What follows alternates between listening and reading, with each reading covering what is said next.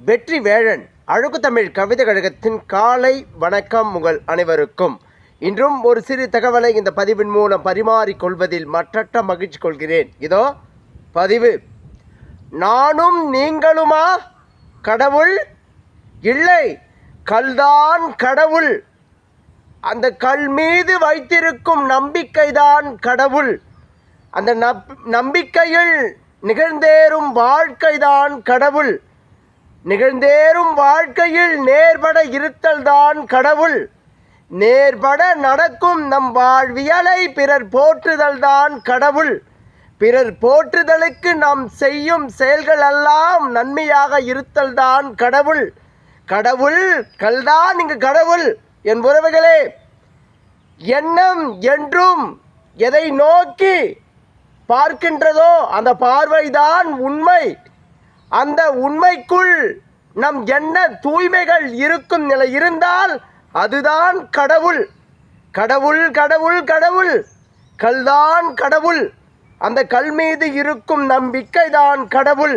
என் உறவுகளே, எண்ணம் என்றும் தூய்மைப்பட இருக்கும் நிலை இருந்தால் அது எப்பொழுதும் சிறு துரும்பை கூட கடவுளாக ஏற்கும்.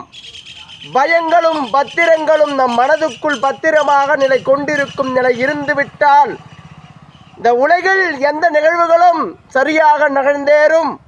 யாருக்கும் தீங்குகள் இல்லாத நிலைகள் இங்கு நிகழ்ந்துவிடும். என் உறவுகளே, நம் வாழும் வாழ்க்கையை அதன் போக்கில் விடும் நிலையில் இல்லாமல் நமக்கான வாழ்க்கையை நாம் சரிவர கையாளும் மன பக்குவத்தை கொள்ள வேண்டும்.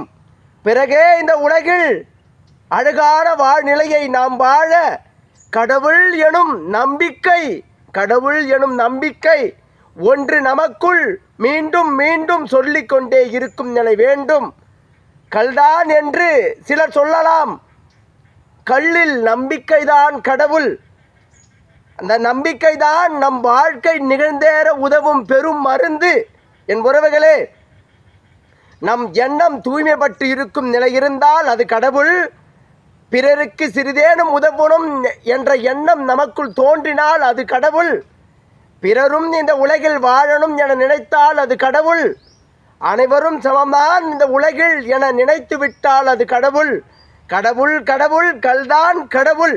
அதை ஏற்கும் உங்கள் மனதான் கடவுள். நம்பிக்கைதான் கடவுள்.